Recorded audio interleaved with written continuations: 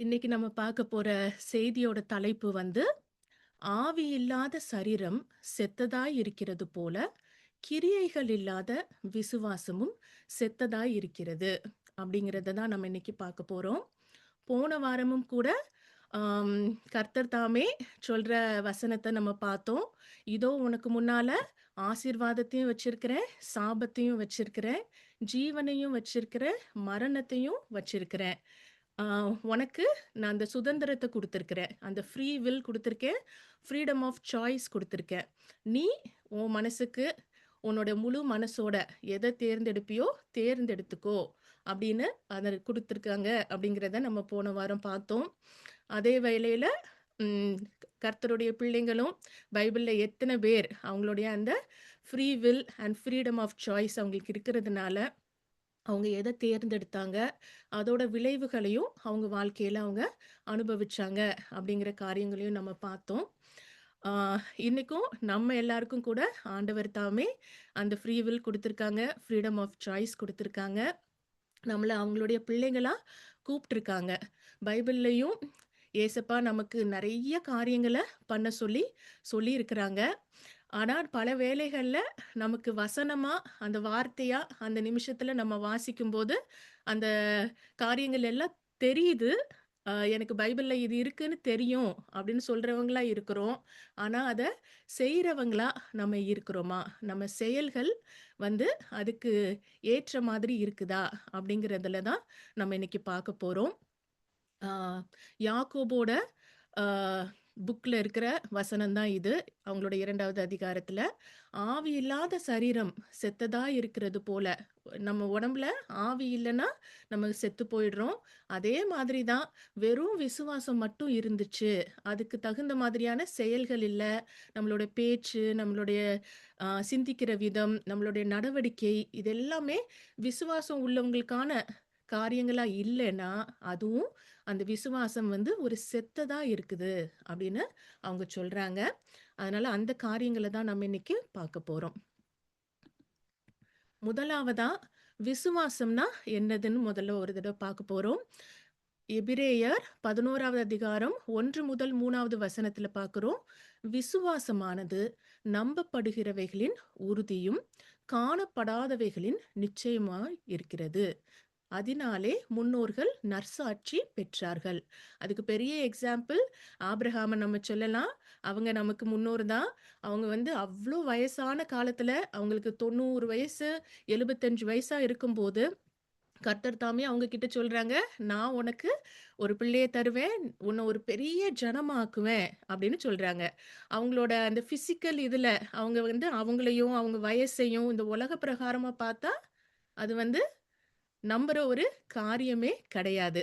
அது பிராக்டிகலா நடக்குமா? அப்படின்னு யோசிச்சு பார்த்தா, அதுவும் நடக்காது. ஆனா, ஆபிரகாம் அத விசுவாசிச்சாங்க அப்படின்னு நம்ம பார்க்கிறோம். இது நடக்கும், தேவன் சொன்னாங்க. அதுதான். நம்பப்படுறதோட அந்த உறுதியும், காணாதத அவங்களுக்கு வந்து அவ்ளோ வயசானவங்க. ஆனா பார்க்காத ஒண்ண நிச்சயமா, ஆமா கர்த்தர் சொல்லியிருக்காங்க, அது நடக்கும் அப்படின்னு நினைக்கிறது தான், அதுதான் விசுவாசம் அப்படின்னு சொல்றாங்க. அந்த விசுவாசத்தினாலே நாம் உலகங்கள் தேவனுடைய வார்த்தையினால் உண்டாக்கப்பட்டதென்றும், இவ்விதமாய் காணப்படுகிறவைகள் தோன்றப்படுகிறவைகளால் உண்டாகவில்லை என்றும் அறிந்திருக்கிறோம். இந்த காலத்துல சயின்ஸ்ல எல்லாம் கேட்டீங்கன்னா, அவங்க எவல்யூஷன் அப்படின்னு ஒரு தியரி வச்சிருக்காங்க. உலகம் வந்து அதுவே அப்படியே தோன்றிடுச்சு. இப்படியாச்சு. பிக் பேங் தியரி இருக்கு. அப்படி இப்படின்னு அவங்க நெறைய அ சயின்டிஃபிக் ரீசனிங் பண்ணுவாங்க. ஆனா, நம்ம எல்லாரும் கர்த்தர் தாமே அத வந்து அவங்க உருவாக்குனாங்க. நம்ம ஆண்டவர் அத கிரியேட் பண்ணாங்கன்னு நம்ம எல்லாரும் விசுவாசிக்கிறோம். அத தான் அவங்க சொல்றாங்க. நம்ம எல்லாருமே அந்த விசுவாசத்தினால தான். நம்ம யாரும் அத கண்ணால நம்ம யாருமே அத பார்க்கல. ஆண்டவர் வந்து அதெல்லாம் செஞ்சாங்கங்கிறத, ஆனா விசுவாசத்தினால நம்ம எல்லாம் உலகங்கள் தேவனுடைய வார்த்தையினால, அவங்க பேசின அந்த ஒவ்வொரு வார்த்தையினால, லெட் தேர் பி லைட். அவங்க ஒவ்வொன்னா கமாண்ட் பண்ணாங்க. அது உருவாச்சு. அந்த மாதிரி தான் ஆச்சுன்னு நம்ம எல்லாம் விசுவாசிக்கிறோம். அதுவும் விசுவாசம் அப்படிங்கிறத ரொம்ப அழகா சொல்றாங்க. அதே மாதிரி பல வேளைகள்ல இந்த விசுவாசம் எப்படி வரும்? அதை எப்படி வளர்க்கிறது, விசுவாசத்துல எப்படி பெருகணும் அப்படிங்கிறதுக்கான பதில் தான் ரோமர் 10வது அதிகாரம் 17வது வசனத்துல பார்க்கிறோம். ஆதலால் விசுவாசம் கேள்வியினாலே வரும். கேள்வி தேவனுடைய வசனத்தினாலே வரும். இது இந்தியன் ரிவைஸ்ட் வெர்ஷன்ல அதே வசனத்த சொல்லியிருக்கிறாங்க. எனவே விசுவாசம் கேட்பதினாலே வரும். தேவனுடைய வசனத்தை கேட்பதினாலே விசுவாசம் வரும்.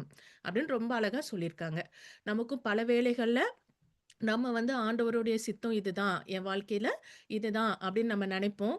ஆனா நம்ம கண் முன்னால நடக்கிற காரியங்கள் அதுக்கு மாறா இருக்கும். அந்த மாரி நடக்கும்போது நம்ம குழம்பி போறதுக்கும், ஆ இல்லன்னா ரொம்ப மனசு உடைஞ்சு கஷ்டப்படுறதுக்கும் நெறைய சான்சஸ் இருக்கு. அந்த மாதிரி வேளைகள்ல நம்ம தேவனுடைய வார்த்தைய திரும்ப திரும்ப கேட்கும்போது தான் அந்த விசுவாசம் நமக்கு பெருகும். அததான் பைபிள்லயும் சொல்லியிருக்காங்க. கேட்பதுனால தான் விசுவாசம் வரும். தேவனுடைய வசனத்த கேட்பதுனால தான் விசுவாசம் வரும்னு சொல்லியிருக்காங்க. வேற எப்படியுமே நம்ம விசுவாசத்துல பெருசாக முடியாது. எனக்கு விசுவாசத்த தாங்க அப்படின்னு ப்ரே பண்றதுனாலயும் விசுவாசம் வராது. இந்த உலகத்துல சுத்தி இருக்கிற மனுஷங்க கிட்ட போய் நம்ம பேசுறதுனாலயும், அவங்க ஒப்பீனியன், அவங்க ஐடியாஸ் கேட்கறதுனாலயும் விசுவாசம் ஒரு நாளும் நமக்கு வராது. அதனால விசுவாசத்துல எனக்கு குறைச்சல் இருக்கு. ஏசப்பாவும் எல்லாரையும் திட்டுறத நம்ம பார்த்திருக்கோம் நியூ டெஸ்டமென்ட்ல. "ஏன் உனக்கு விசுவாசம் இல்ல? விசுவாசம் ஏன் குறைச்சலா இருக்கு?" அப்படின்னு சொல்லிட்டு. அதுக்கான ஆன்சர் நமக்கு இதுதான். நம்ம விசுவாசத்துல வளரணும் அப்படின்னா, நம்ம எந்த அளவுக்கு நம்ம எவ்ரிடே நம்ம உடம்புக்கு ஆகாரம் குடுக்குறோம். நம்ம அதுதான் நம்மளுடைய ஆவி, ஆத்மா, சரீரத்துக்கு தினமும் ஆகாரம் குடுக்குறோம். அதே மாரி அந்த ஆத்மா, நம்ம மைண்டுக்கு அவ்ளோ டிவியும், நியூஸும் எல்லாம் பார்த்து அவ்ளோ நாலேட்ஜ் கேதர் பண்றோம். ஆனா நம்ம ஆவிக்கு நம்ம தினமும் அதுக்குள்ள உணவு குடுக்குறோமா? தேவனுடைய வசனத்த நம்ம தியானிக்கிறோமா? அப்படிங்கிறது ரொம்ப முக்கியமான விஷயம். அதே மாதிரி நம்ம இது 2யும் கான்சன்ட்ரேட் பண்ற அதே வேளையில, நம்ம தினமும் தேவனுடைய வசனத்த எவ்ளோ அதிகம் திரும்ப திரும்ப கேட்டு, அத தியானிச்சுக்கிட்டே இருக்கும்போது, நம்ம விசுவாசத்துல ரொம்ப உறுதியாகவும், நம்ம வளரவும் முடியும். அடுத்ததும் எபேசியர் 2வது அதிகாரம் 8 முதல் 10வது வசனத்துல, கிருபையினாலே விசுவாசத்தைக் கொண்டு இரட்சிக்கப்பட்டீர்கள். இது உங்களால் உண்டானதல்ல. இது தேவனுடைய ஈவு. ஒருவரும் பெருமை பாராட்டாதபடிக்கு இது கிரியைகளினால் உண்டானதல்ல. அப்படிங்கிற அந்த ஃபர்ஸ்ட் பார்ட்ட முதல்ல பார்க்கலாம். ஆம், நம்ம பார்க்குற யாக்கோபு நிருபத்துல அவங்க சொல்லியிருக்காங்க, கிரியைகள் விசுவாசத்தோட இருக்கணும். அந்த விசுவாசம் கிரியைகள் இல்லாத விசுவாசம் செத்ததா இருக்கிறது அப்படின்னு அவங்க சொல்றத நம்ம பார்க்குறோம். அதே வேளைகள்ல இது கிரியைகள்னால உண்டானதில்ல அப்படிங்கிறதையும் இந்த இடத்துல பார்க்குறோம். ஆனா இவங்க நம்ம பவுல் மெயினா சொல்றது, நம்ம ரட்சிக்கப்படுறதுக்கு நான் முதல்லே நம்ம ஏதோ ஒரு மெசேஜ் கேட்டிருக்கோம். நம்மளுடைய சொந்த முயற்சியினாலயும், நம்மளுடைய கிரியைகள்னாலயும் நம்ம ஒரு நாளும் ரட்சிப்ப அடைய முடியாது. அப்படிங்கிறதுனால தான் ஏசப்பா அவங்களே சிலுவையில மரிச்சு நம்ம எல்லாரையும் ரட்சிப்பு குடுத்து அவங்களுக்கு உள்ள பிள்ளைங்களா தேர்ந்தெடுத்துக்கிட்டாங்கன்னு நமக்கு தெரியும்.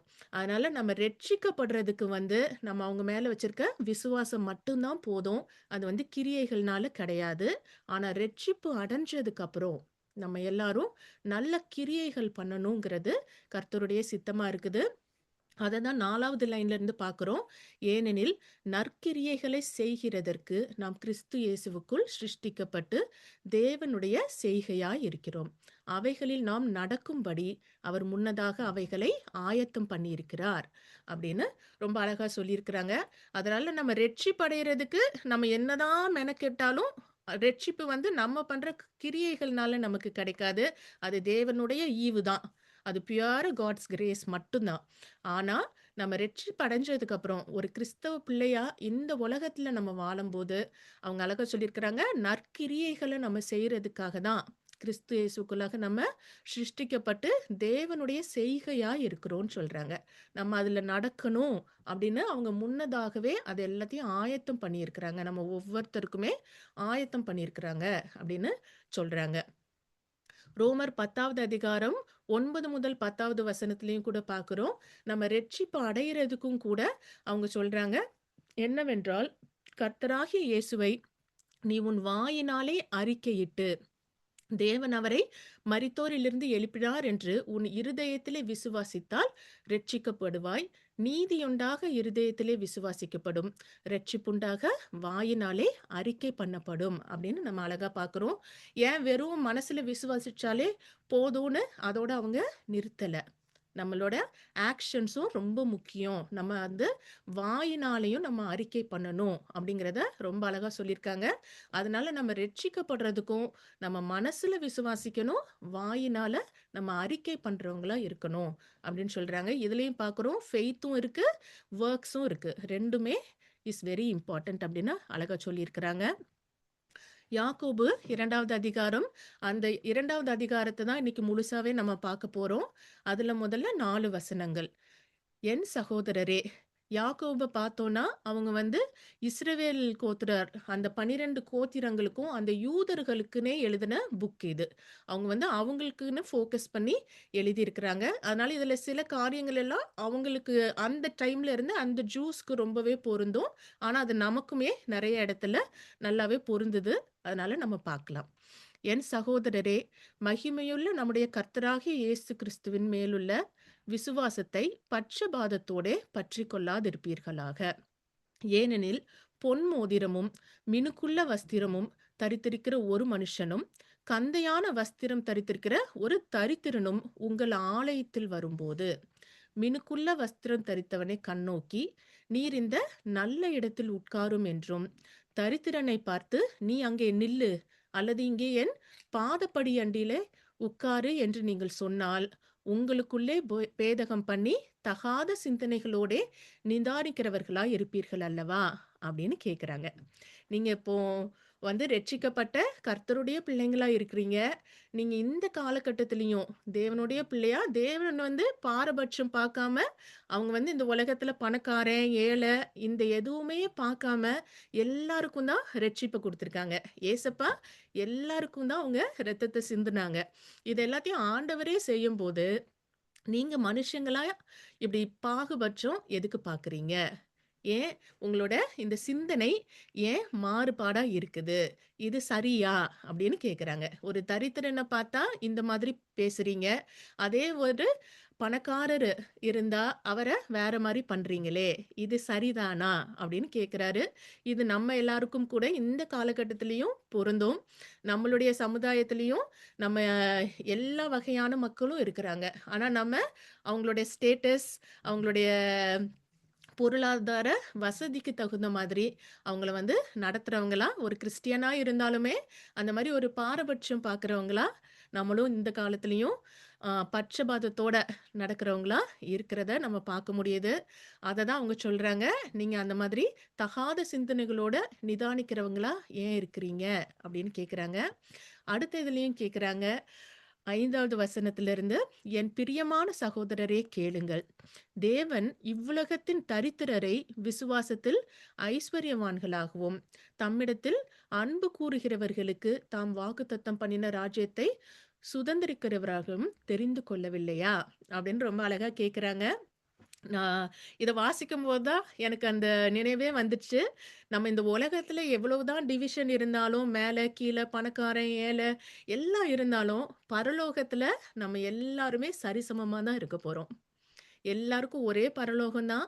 எல்லாருக்கும் ஒரே அந்த சரீரத்த தான் ஆண்டவர் குடுக்க போறாங்க. அங்க பாரபட்சமே இல்ல. அப்படிங்கிறத தான் அவங்க உணர்த்துறாங்க. தேவனே எல்லாருக்கும் அத குடுக்கும்போது, நம்ம ஏன் இப்படி பண்றோம்? அப்படின்னு கேட்குறாங்க. நீங்களோ தரித்திரரை கனவீனம் பண்ணுகிறீர்கள். ஐஸ்வர்யவான்கள் அல்லவோ உங்களை ஒடுக்குகிறார்கள். அவர்கள் அல்லவோ உங்களை நியாயாசனங்களுக்கு முன்பாக இழுக்கிறார்கள். உங்களுக்கு தரிக்கப்பட்ட நல்ல நாமத்தை அவர்கள் அல்லவோ தூஷிக்கிறார்கள். உன்னிடத்தில் நீ அன்பு கூறுகிறது போல பிறனிடத்திலும் அன்பு கூறுவாயாக என்று வேத வாக்கியம் சொல்லுகிற ராஜரீக பிரமாணத்தை நீங்கள் நிறைவேற்றினால் நன்மை செய்வீர்கள் அப்படின்னு சொல்றாங்க. அ அவங்க சொல்றது இந்த காலத்திலயும் பொருந்தும். இந்த பணக்காரவங்களா இருக்கவங்க, பெரிய பவர்ல இருக்கிறவங்க தான் நமக்கு வந்து நெறைய அநியாயங்கள் பண்றாங்க. ஆனா நம்ம அவங்களெல்லாம் ரொம்ப பொறுத்துக்கிட்டு, அவங்களுக்கு அட்ஜஸ்ட் பண்ணி நம்ம போய்க்கிறோம். ஆனா, இந்த மாதிரி கீழ இருக்கிறவங்கள நம்ம இப்படி கஷ்டப்படுத்துறவங்களா இருக்கிறோமா? அப்படின்னு அவங்க கேட்குறாங்க. ஆண்டவர் சொல்லியிருக்கிறாரு, "உன்னிடத்தில் நீ அன்பு கூறுகிறது போல பிறனிடத்திலும் அன்பு கூறுவாயாக அப்படிங்கிறத செய்யற பிள்ளைங்களா இருங்க. அப்படி செஞ்சீங்கன்னா அது உங்களுக்கு நன்மையானதா இருக்கும் அப்படின்னு ரொம்ப அழகா சொல்றாங்க. திரும்ப 9வது வசனத்திலிருந்தும் பார்க்கிறோம். பட்சபாதமா பட்சபாதம் உள்ளவர்களாய் இருப்பீர்களானால், பாவம் செய்து மீறினவர்கள் என்று நியாயப்பிரமாணத்தால் தீர்க்கப்படுவீர்கள். இவங்க எல்லாருமே யூதர்கள் அந்த பழைய நியாயப்பிரமாணத்த ரொம்ப விசுவாசிக்கிறவங்களா இருக்கிறதுனால, அவங்களுக்கு இத ஞாபகப்படுத்துறாங்க. எப்படி எனில், ஒருவன் நியாயப்பிரமாணம் முழுவதையும் கைக்கொண்டிருந்தும், ஒன்றிலே தவறினால் எல்லாவற்றிலும் குற்றவாளியாய் இருப்பான். என இயேசப்பாவே இது சொல்லுவாங்க. நீங்க நியாயப்பிரமாணத்த ஃபாலோ பண்ணி தான் ரட்சிப்படையணும்னு எதிர்பார்த்தீங்கன்னா, எல்லாத்தையும் பண்ணிட்டு ஒரு சின்ன கமாண்ட நீங்க மீறிட்டா, அந்த ஒண்ண மீறினா, அது எல்லாத்தையும் மீறுறதுக்கு சமம் அப்படிங்கிறது. அததான் அவங்க திரும்ப அவங்களுக்கு வெளிப்படுத்துறாங்க. ஏனென்றால், "விபசாரம் செய்யாதிருப்பாயாக" என்று சொன்னவர், "கொலை செய்யாதிருப்பாயாக" என்றும் சொன்னார்.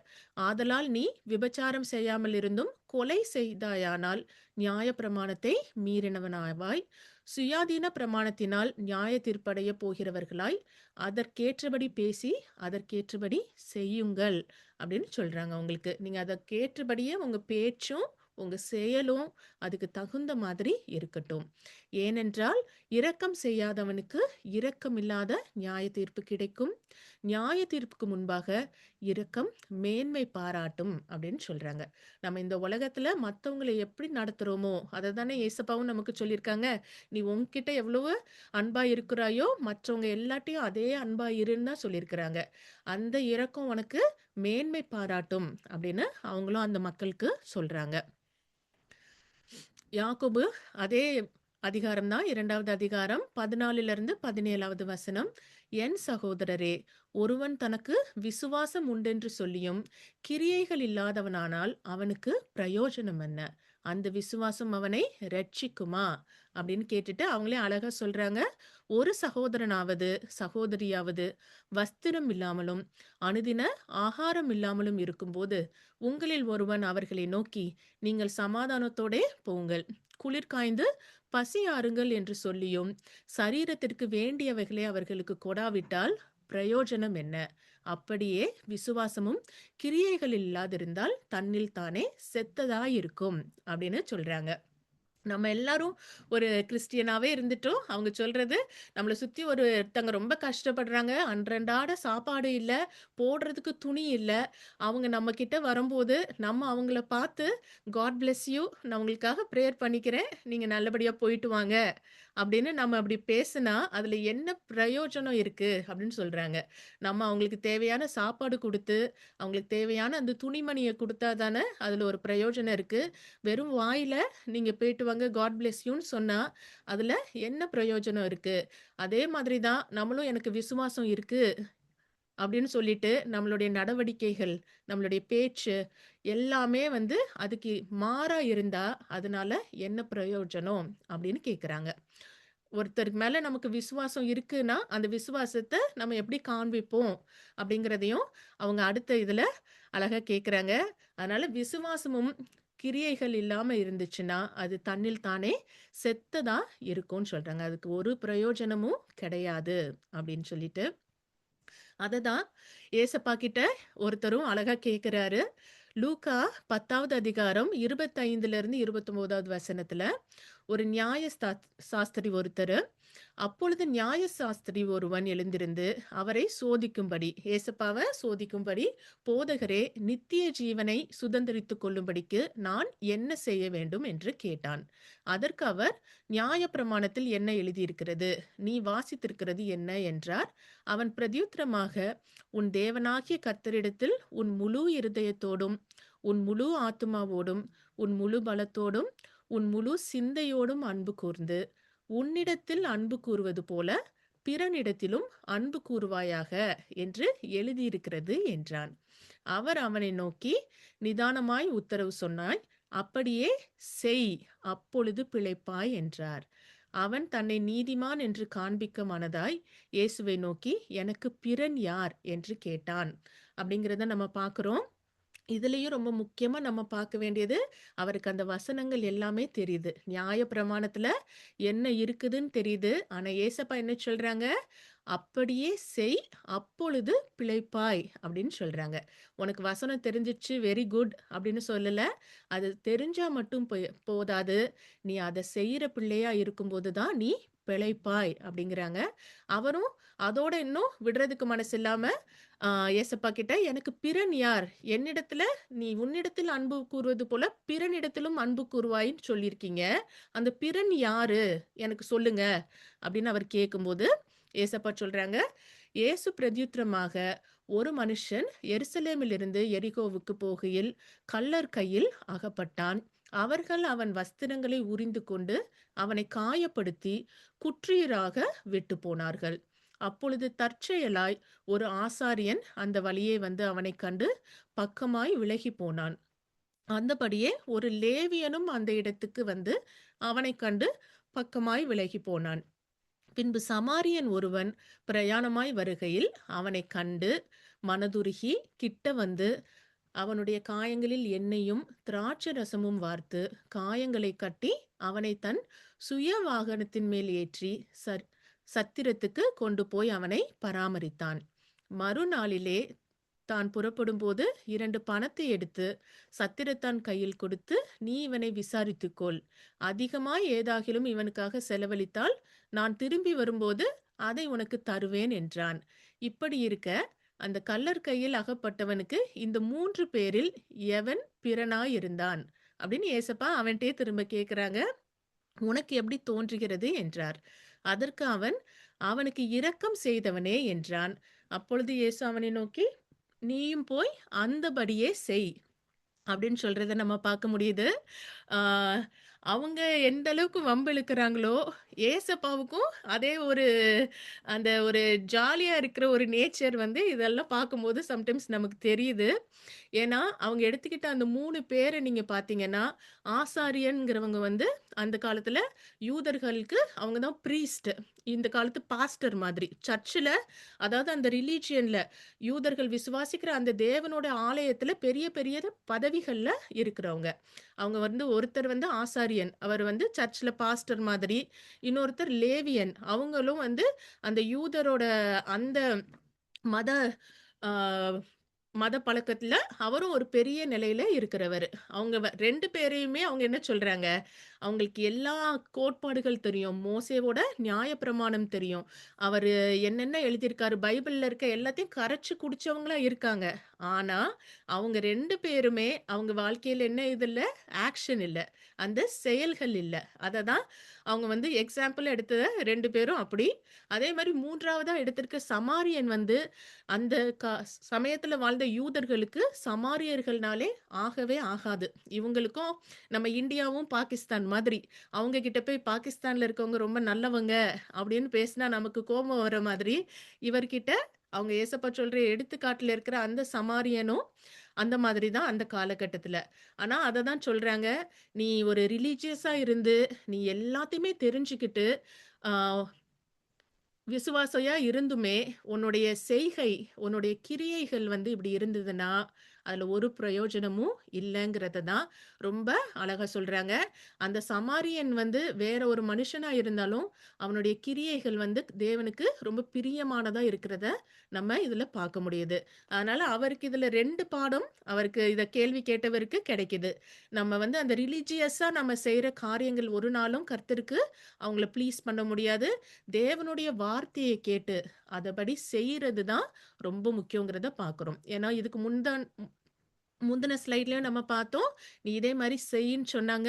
இதுலயும் நம்ம கடைசி லைன்ல பார்க்குறோம். நீயும் போயி இந்த மாதிரியே செய். அப்படிங்கிறத தான் கடைசில சொல்றாங்க. அதனால நம்ம வெறும் விசுவாசம் உள்ளவங்களா மட்டும் இருந்தா போதாது. நம்மளுடைய செயல் எல்லாருக்கும் ஒரு பிரயோஜனமுள்ள ஒரு வாழ்க்கைய வாழணும். கர்த்தருடைய வார்த்தை நமக்கு என்னென்ன சொல்றாங்களோ, அத செய்ற பிள்ளையா இருக்கிறது ரொம்ப ரொம்ப முக்கியமான காரியமா இருக்குது. யாக்கோபு 2வது அதிகாரம் 18லிருந்து 23வது வசனம். நம்ம விட்டதிலிருந்து திரும்ப வரோம். ஒருவன் உனக்கு விசுவாசம் உண்டு, எனக்கு கிரியைகள் உண்டு. கிரியைகள் இல்லாமல் உன் விசுவாசத்தை எனக்கு காண்பி.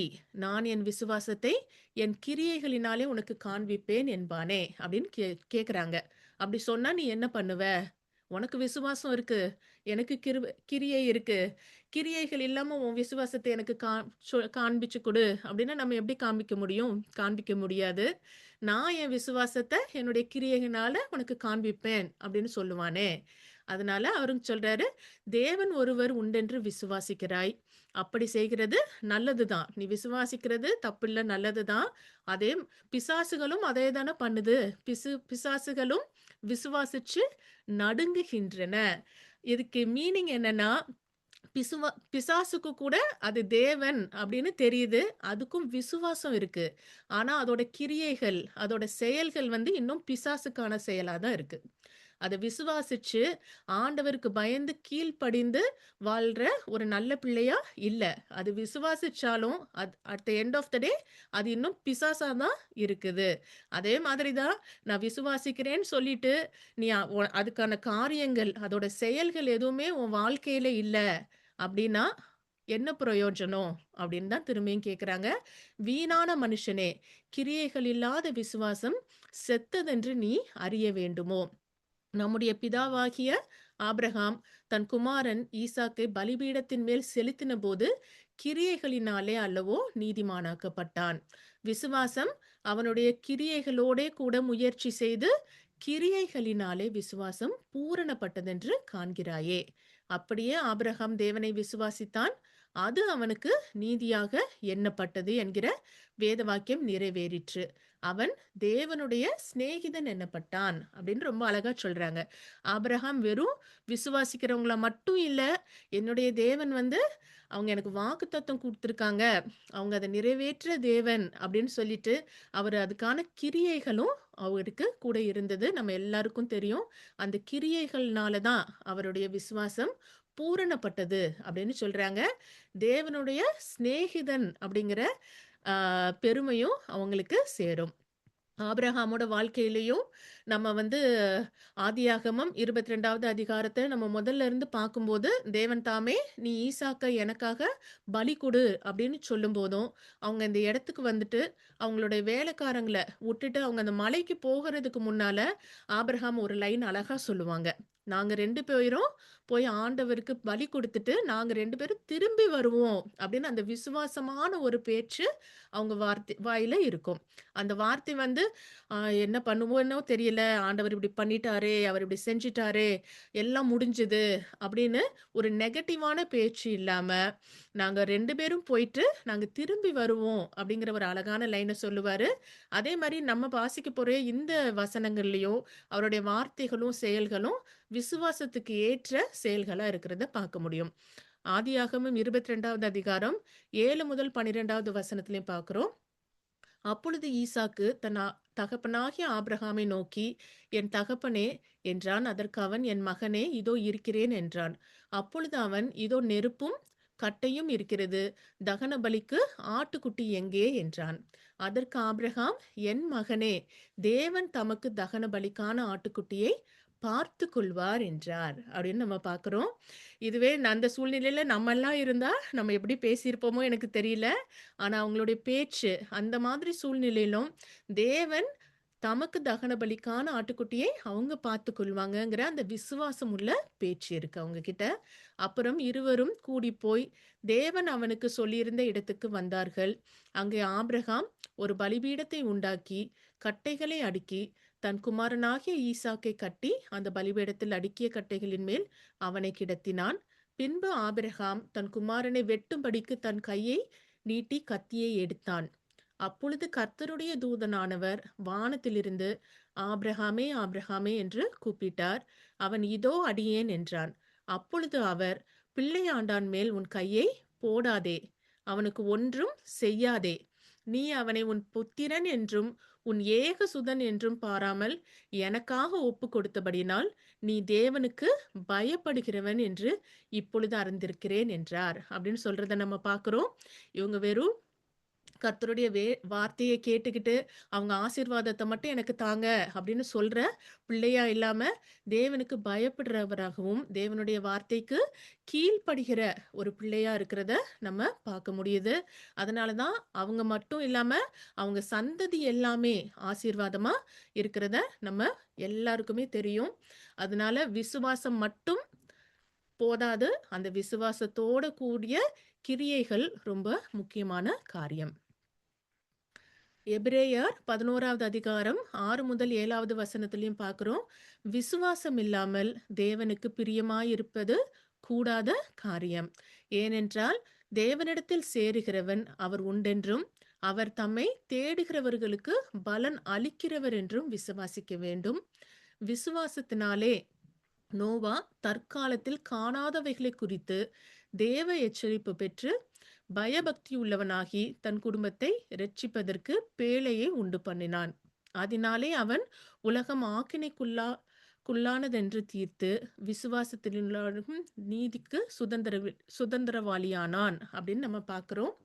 நோவாவும் ஆண்டவருடைய வார்த்தையை கேட்டு வெறும் விசுவாசத்தோட மட்டும் இல்லாம அதுக்கான செயல்களை செய்யற ஒரு மனுஷனா இருந்தது நம்ம எல்லாருக்குமே தெரியும். அவங்க அத்தனை ஆண்டுகள் அவங்க காத்திருந்து ஆண்டவர் குடுத்த அந்த இன்ஸ்ட்ரக்ஷன்ஸ் எல்லாத்தையும் ஃபாலோ பண்ணி, அவங்க ஒபீடியன்ட்டா இருந்து அந்த பேழைய உண்டு பண்ணும்போது தான், அவங்க வந்து அவங்களையும், அவங்களுடைய குடும்பத்தையும் அவங்க ரட்சித்துக் கொள்ள முடிஞ்சது.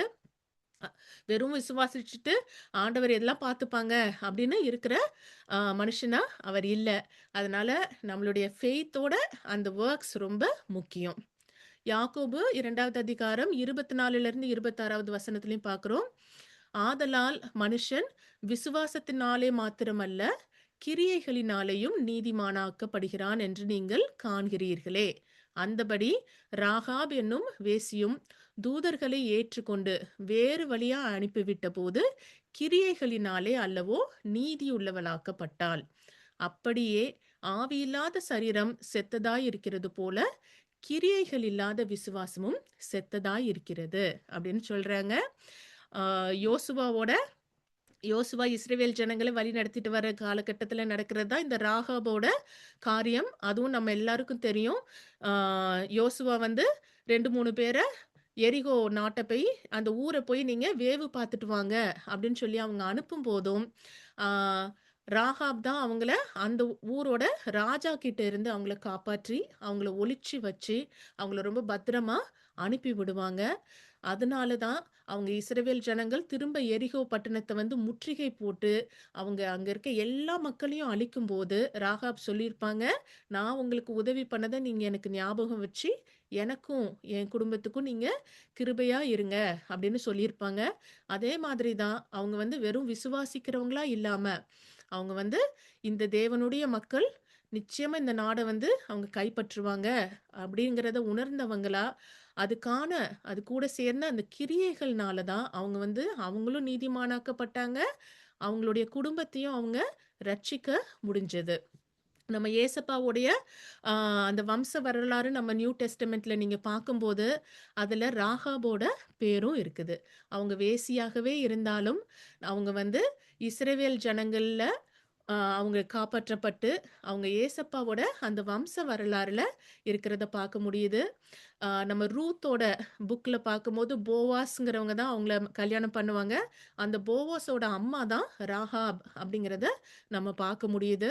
அதனால அவங்க வெறும் விசுவாசியா மட்டும் இல்லாம, அது கூட செஞ்ச அந்த கிரியைகள்னால அவங்க மட்டும் ரட்சிக்கப்படாம, அவங்களுடைய மொத்த குடும்பத்தையும் காப்பாற்றி, அவங்க வந்து ஏசப்பாவோட அந்த வம்ச வரலாறுல அவங்க இடம் பெற்றிருக்கிறத நம்ம பார்க்க முடியுது. அதனால அவங்க சொல்ற மாதிரி, ஆவியில்லாத சரீரம் செத்ததா இருக்கிறது போல, கிரியைகள் இல்லாத விசுவாசமும் செத்ததா இருக்கிறது. அப்படிங்கிறத நம்ம உணர்ந்தவங்களா இருக்கணும். நம்ம வெறும் வாயில நான் விசுவாசிக்கிறேன் அப்படின்னு சொல்றவங்களா மட்டும் இல்லாம, நம்மளுடைய பேச்சு, செயல், சிந்தனை எல்லாமே அந்த விசுவாசத்துக்கு ஏற்றதா இருக்கணும். மேலும் நம்ம வந்து அந்த விசுவாச உள்ள பிள்ளையா இருக்கிறேன் அப்படின்னு நம்ம ஒரு கிறிஸ்டியனா ஆனதுக்கு அப்புறமும் நம்ம வாழ்க்கையில அந்த பழைய காரியங்கள் அப்படியே இன்னுமுமே இருக்கக்கூடாது. நம்ம ஒரு புது சிருஷ்டியா இருக்கணுங்கிறதும் ரொம்ப முக்கியமான காரியம். லூக்கா 6வது அதிகாரம் 43லேருந்து 45லும் பார்க்குறோம். ஏசப்பாவும் ரொம்ப அழகா சொல்றாங்க. அவங்கள வந்து அவங்க பண்ற அந்த காரியத்தினாலயும், அவங்க செயல்கள்னாலயும் அவங்க யாருங்கிறத நம்ம ஐடென்டிஃபை பண்ண முடியும் அப்படிங்கிறத அழகா ஒரு மரத்த வச்சு சொல்றாங்க. நல்ல மரமானது கெட்ட கனி கொடாது. கெட்ட மரமானது நல்ல கனி கொடாது. அந்தந்த மரம் அதனதன் கனியினால் அறியப்படும் அப்படின்னு சொல்றாங்க. அதனால நம்ம ஒருத்தர பத்தி நம்ம எப்படி தெரிஞ்சுக்கிறோம்? அவங்க எப்படி பேசுறாங்க? அவங்க நடவடிக்கைய பார்த்து நம்ம எல்லாரும் அவங்க யாரு? எப்படிப்பட்ட ஆளுன்னு தெரிஞ்சுக்கிறோம். அதே தான் சொல்றாங்க. அந்தந்த மரம் அதனதன் கனியினால் அறியப்படும்.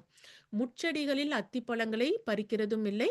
நெருஞ்சிச் செடியில் திராட்சை பழங்களை பறிக்கிறதும் இல்லை.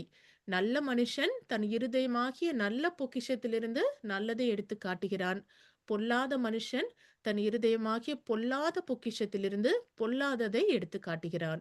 இருதயத்தின் நிறைவினால் அவனவன் வாய் பேசும் அப்படின்னு ஏசப்பாவே சொல்லியிருக்கிறாங்க. அதனால நம்மளுடைய செயல்கள்ல இருந்து நம்ம யாரு அப்படிங்கிறது நல்லாவே தெரிஞ்சிரும்னு சொல்லியிருக்கிறாங்க. அதே மாதிரி நம்மளுடைய பேச்சு, நம்ம இருதயத்தோட நிறைவு தான் நம்ம வாய் பேசும்னு சொல்றாங்க. நம்ம விசுவாசம் உள்ள வார்த்தைகள பேசுறோமா? விசுவாசம் இல்லாத வார்த்தைகள் நம்ம வாயிலிருந்து வருதா? அப்படிங்கிறத நம்ம தான் யோசிச்சு பார்க்கணும். நம்ம இருதயத்துல உண்மைக்கும் விசுவாசம் இருந்தா, விசுவாசம் உள்ள வார்த்தை வரும். இல்லன்னா, விசுவாசம் இல்லாத நெகட்டிவான பேச்சும், ஒரு குழப்பமான பேச்சும், சந்தேகமான வார்த்தைகளும் நம்மகிட்ட இருக்கும். லூக்கா 6வது அதிகாரத்திலே 46, 49வது வசனத்திலயும் ஏசப்பா சொல்றாங்க, "என்னை ஆண்டவரே, ஆண்டவரே என்று நீங்கள் சொல்லியும், நான் சொல்லுகிறபடி நீங்கள் செய்யாமற் போகிறதென்ன?" அப்படிங்கிறத கேட்குறாங்க. ஒரு ஒரு நாளைக்கு 1000 தடவ ஆண்டவரே, ஆண்டவரேன்னு சொல்றீங்க. ஆனா நான் சொல்ற காரியங்கள் எதையும் நீங்க ஏன் செய்ய மாட்டேங்கிறீங்கன்னு கேட்குறாங்க. என்னிடத்தில் வந்து என் வார்த்தைகளை கேட்டு அவைகளின்படி செய்கிறவன் யாருக்கு ஒப்பாயிருக்கிறான் என்று உங்களுக்கு காண்பிப்பேன். ஆழமாய் தோண்டி கற்பாறையின் மேல் அஸ்திபாரம் போட்டு வீடு கட்டுகிற மனுஷனுக்கு ஒப்பாயிருக்கிறான். பெருவெள்ளம் வந்து நீரோட்டம் அந்த வீட்டின் மேல் மோதியும் அதை அசைக்க கூடாமற் போயிற்று.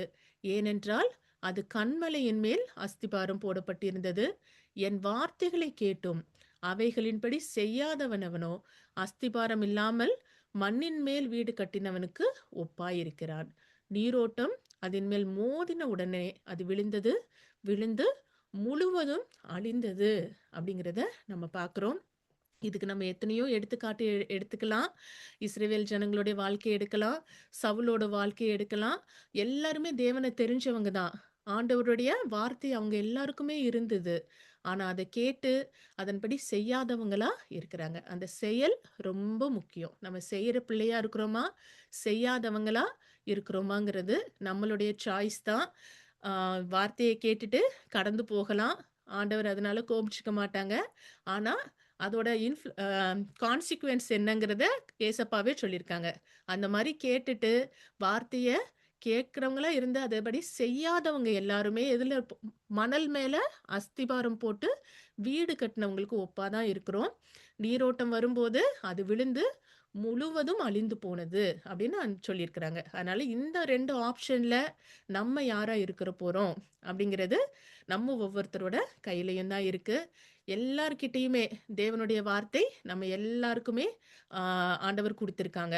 இவங்களுக்கு தான் இல்ல, எல்லார்கிட்டயும் பைபிள் இருக்கு. இன்னைக்கும் நம்ம இன்டர்நெட்லயும் அத்தன விதமான தேவனுடைய ஊழியக்காரங்க இருக்காங்க. அவங்களுடைய செய்திகள் இருக்கு. நல்ல ஆவியானவரால வெளிப்படுத்துற நல்ல நல்ல செய்திகளும் இருக்கு. நமக்கு எல்லாமே ஆண்டவர் குடுத்திருக்காங்க. அதனால அந்த வார்த்தைகள கேட்கிறவங்களா மட்டும் இல்லாம, அதன்படி செய்ற பிள்ளைங்களா இருக்கணும் அப்படிங்கிறத இன்னைக்கு உணர்ந்தவங்களா நம்ம இருக்கணும். ஏசப்பா சொன்ன மாதிரி, "ஆண்டவரே, ஆண்டவரே" அப்படின்னு சொல்றவங்களா இருந்தோம். நான் சொல்லுகிறபடி நீங்க செய்யாம ஏன் போனீங்க? அப்படின்னு நம்மள பார்த்து கேட்கிற மாதிரி நம்ம வச்சுக்க கூடாது. 1 யோவான் 3வது அதிகாரம் 16, 18வது வசனத்திலயும் கூட பார்க்கிறோம். அவர் தம்முடைய ஜீவனை நமக்காக கொடுத்ததினாலே அன்பு இன்னதென்று அறிந்திருக்கிறோம். அப்படின்னு சொல்றாங்க. ஏசப்பாவும் மேல ஹெவன்ல இருந்து ஆ ஐ லவ் யூ ஆல் அப்படின்னு சொல்லிட்டு, நான் உங்களெல்லாம் ரொம்ப லவ் பண்றேன் அப்படின்னு சொல்லிட்டு மட்டும் காட் பிளெஸ் யூன்னு விட்டுருந்தாங்கன்னா, நமக்கு இன்னைக்கு இந்த ரட்சிப்பு கிடைச்சிருக்காது. ஆண்டவர் அவங்களுடைய அன்ப அந்த சிலுவையில வந்து அவங்க மரித்து உயிர்த்தெழுந்ததன் மூலமா நமக்கு காண்பிச்சாங்க. அந்த செயல் மூலமா காண்பிச்சாங்க.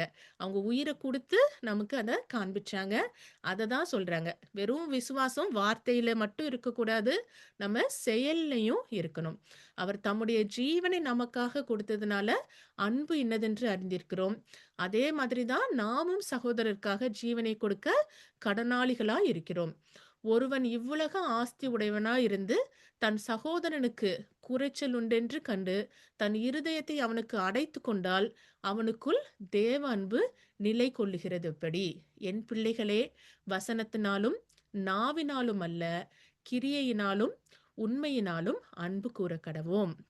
அப்படின்னு 1 யோவான்லயும் நம்ம பார்க்கிறோம்.